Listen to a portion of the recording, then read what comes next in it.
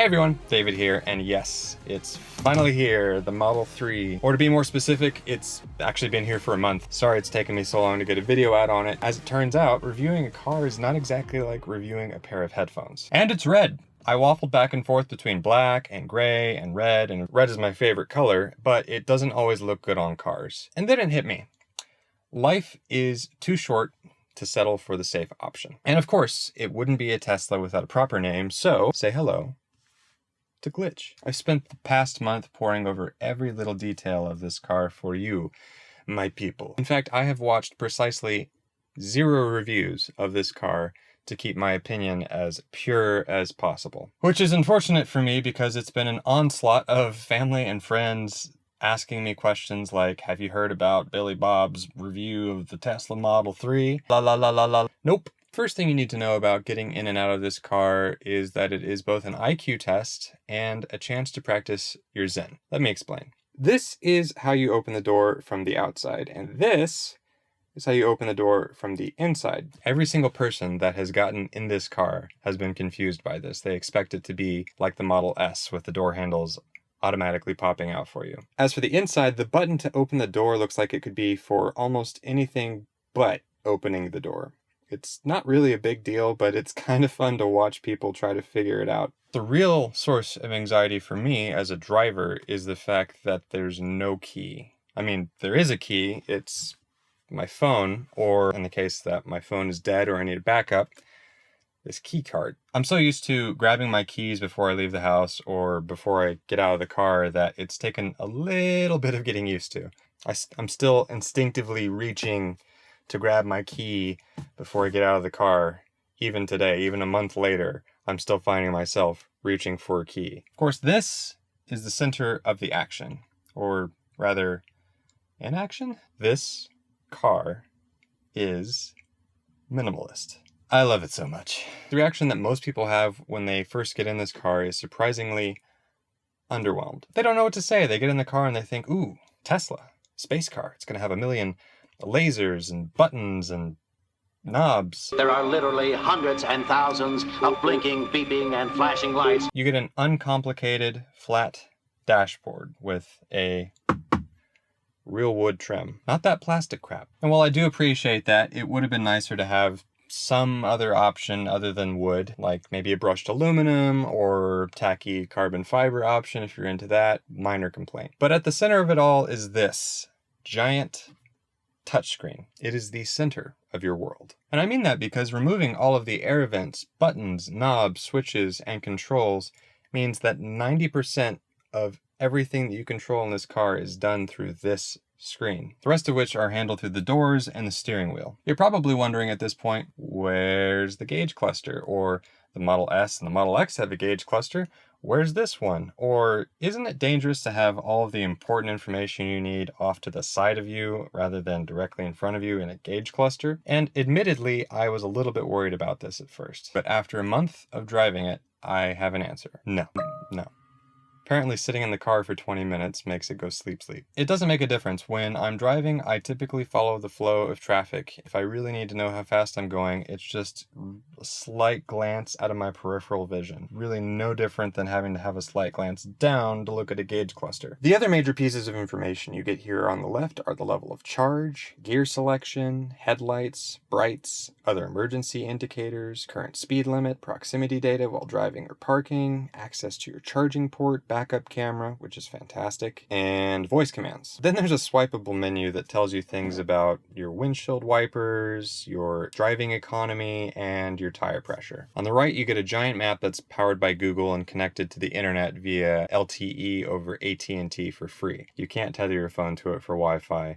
Believe me, I asked. It will navigate based on available charge in nearby superchargers. So say, for example, I wanted to drive down to Dallas. Tells me I need to stop off at a supercharger in Oklahoma City. I'll have a few percentage battery left, how long I need to charge, and then how much battery I'm going to have by the time I reach Dallas, Texas. It would be nice to have some support here for third-party navigation apps like Waze. CarPlay already supports third-party audio and voice messaging, but what you might not know is with iOS 12, CarPlay will also support third-party navigation apps. Another thing that would be nice is the ability to plan a trip from my phone or my computer and then program that into the car ahead of time. I think that would make a big difference when it comes to multi-stop trips and programming in where I'm going to need to stop off and charge and all of that stuff. And there is a map that you can use on Tesla's website to figure out ahead of time where you're going to have to stop off theoretically with your car. But it makes more sense to do it in the car because the car knows your driving habits and level of charge. It would be nice if there was like a machine learning model that could know my driving habits and where I drive and then give me a traffic report of how much time it's going to take to get there. Phones can do it, so it seems like it shouldn't be too much of a stretch to do that in the car. At the bottom of the screen here, you get an interface for your music services, and the car comes with a couple of streaming services, radio services, podcast services, and of course the ability to connect to your phone via Bluetooth. Again, it would be nice if there were access to third-party music streaming services like Spotify or Apple Music or YouTube Music, but hopefully they'll come out with that in a future update. Sound system quality is generally fantastic. Very, very well balanced when you get the EQ tuned just right. I just wish it wasn't so difficult to get to it from a menu. You have to do this awkward swipe up to reach it, and then there are a number of adjustments that you have to play with. It really depends on what I'm listening to. It would be cool if you could replicate the technology the Apple HomePod uses to dynamically optimize the sound quality given the factors of road noise, wind noise, and how many passengers there are in the car. And that way I never have to mess with the EQ while I'm driving. That's a freebie, Tesla. Then there's the climate control. You'll notice that because there are no actual adjustable physical vents in the car except for the back seat, all of that airflow is controlled here. I'm still trying to figure out how to optimize this to get the best level of airflow, but I haven't been uncomfortable. Other things you get here are HomeLink, driver profiles for your seat, mirrors, and steering wheel, temperature, time, general information about the car, and of course, some Easter eggs. And if you're driving at night, dark mode. One thing worth mentioning here is the voice control. It's really handy when driving and needing to navigate or select some music without having to fiddle with anything. And I'm impressed at how often it gets the spelling of musical artists correct. But with voice technology being what it is today, I'd love for this to be a little bit snappier. It takes several seconds for it to go from a command to any sort of action. But that's okay, because the thing that separates this car from any other car in the market is the fact that it can be updated. For example, I just got an update that improves the braking distance by 20 feet. Thanks, Consumer Reports. Before that, I got an update which gives me auto-dimming brights, and before that, which was just before I got the car, they enabled all of the heated seats. From what I understand, they're going to be releasing an update for Summon soon. Bottom line, this car is continually evolving, and that means more stuff to make videos about. It's the gift that keeps on giving. Then you have the phone app, and when I remember to use it, it's one of the best parts of this car. It could take a little while for it to contact your car, even if you're 20 feet away from it. I mean, it is having to beam a signal from your phone to a cell tower, potentially to a satellite in space to your car, just so you can turn on the AC, but I'm a millennial? It'll also allow you to adjust your charging, see where it's parked, and control a bunch of other stuff. The rest of your controls come in on this steering wheel. I love this steering wheel. Feels like something you'd get in an actual sports car. It's nice and small for precise turning, but thick and grippy. Your signal and washer fluid controls are on the left, and your gear selector is on the right. Pretty simple. Then you have these control wheels. On the left, you get audio controls for volume, play and pause, and selecting tracks. On the right, you get cruise controls to adjust speed, the distance from the car in front of you, and voice commands. The control wheels also change function when you're adjusting your mirrors and stuff, and supposedly they're going to make this stuff more programmable in the future. But these controls are probably my least favorite thing about the car. It doesn't feel very ergonomic clicking the wheels left and right. It takes a lot of pressure. And then there's the center console. You get a crap ton of space compared to a normal car. Also comes with a charging area that has USB-C and lightning cables. Sadly, there's no wireless charging, but there are a few aftermarket adapters you can get. Either way, probably a good idea to keep the key to your car charged. There's just one big problem with this console, and that is the glossy surface. I think I'm probably going to become OCD trying to keep it clean. Oh, and the fact that when the light hits it just right when you're driving, it is blinding. I have to drive around with compartments open sometimes, but that doesn't stop a little bit of shine from getting through on the cup holder. Sunglasses are your friend. Maybe one of these companies that makes all these stickers for your phones could come out with a product to solve this problem. Speaking of light, check out this glass roof. It looks fantastic. It makes the car feel much bigger. I just wish I could appreciate it more as a driver. Now, hopefully, if you're from the Midwest like I am, you have a place to cover your car, because I don't even want to think about what hail's going to do to this thing. Seats are pretty comfortable, fully adjustable, and you get heating for every seat in the car. Fun fact, in the winter, it actually uses less energy to use the heated seats to warm the car up than it does the heater, so I'll have to remember to do that when it's not 105 degrees. When you get in the car, there's an easy entry mode that moves the seat back and the steering wheel up. Then you put your foot on the brake and your default driver profile puts everything to where it needs to be. If that doesn't make you feel like a pilot of Voltron, I got nothing for you. The rear seats also fold forward for extra trunk space, and this thing has trunk space for days. Take a look inside and you get the charging cable accessories in the back and a front license plate holder in the front. Oh, and no spare tire, probably to save weight, and the tires that come with the car aren't run flats. But you do get 24/7 roadside assistance from Tesla, so the car comes with all of the necessary equipment to charge in the trunk. And it comes with adapters that'll allow you to use a standard plug, 110 volt, or one of those third-party charging stations. With the Model 3, if you're going to use the supercharger, it does cost money, but it's still significantly cheaper than paying for gas. For example, I was driving this thing back from Kansas City. I was down to 35% battery, and I charged it back up to 85% battery in about 20 to 30 minutes. And that cost me $6. And it automatically charged the credit card I had on file.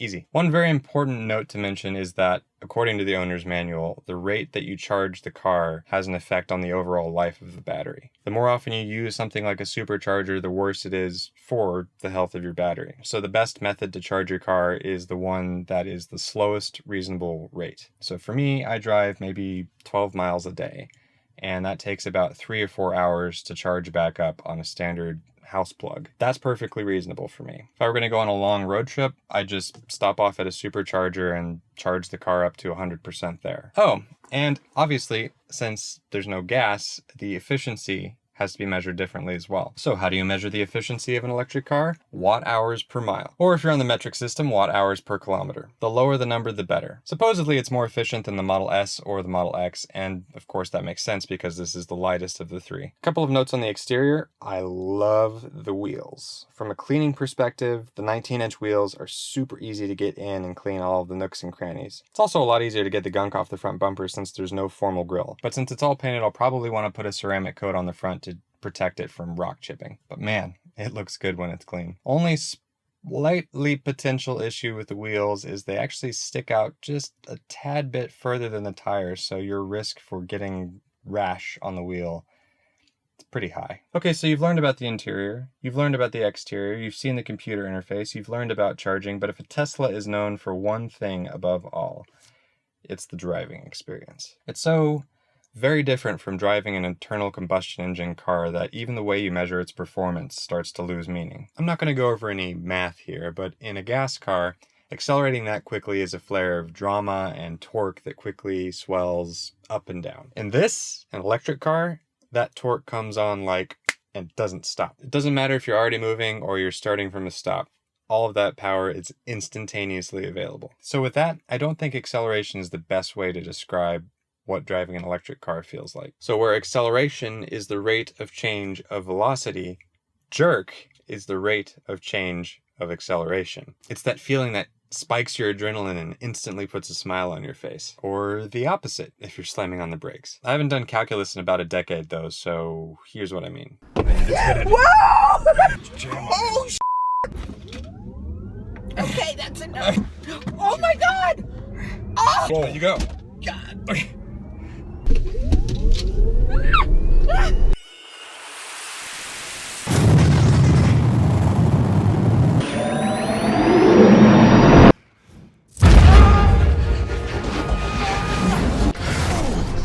Sorry, man. I'm sorry. Can we just... I'm sorry. I hate you. In other words, this isn't an accelerator, it's a jerkerator. That sounds bad. It's not really a concept you learn to appreciate until you let your older brother drive you around as a passenger. A fun driving experience shouldn't just be about jerk and going in a straight line, though it should also be comfortable. And corner, which it does very well because all of the weight of the car is at the very bottom. It's the battery pack, which means it has a very low center of gravity, which makes its handling pretty awesome. And even that can be adjusted in the computer. You have comfort mode, standard mode, and sport mode. And even though I haven't really pushed the car to its limits to see what the limitations of sport mode are, it's nice to know that it's there. I usually leave it in standard mode just for a nice balance. As far as general comfort is concerned, it's a little on the sportier side. You definitely feel a lot of the bumps in the road, and because I got the optional 19-inch wheels over the 18-inch wheels, that's kind of to be expected. That, coupled with the fact that I live in Oklahoma, which is not known for its terribly smooth roads. The 19-inch wheels come with all-season tires, and those are kind of the jack of all trades, master of none. It would be really, really interesting to see what this car feels like and handles like with proper summer tires. The last part of the driving experience is, well, the part where you don't have to drive. Autopilot. Autopilot is a several $1,000 option for this car. And even if you don't get it, it still comes with all of the cameras and equipment necessary to flip it on if you want to do so after you purchase it. I got this car in Kansas City, so I had time to drive it back and play with it on the highway, and it's not worth it yet. Basically, you're only supposed to use it on the highway.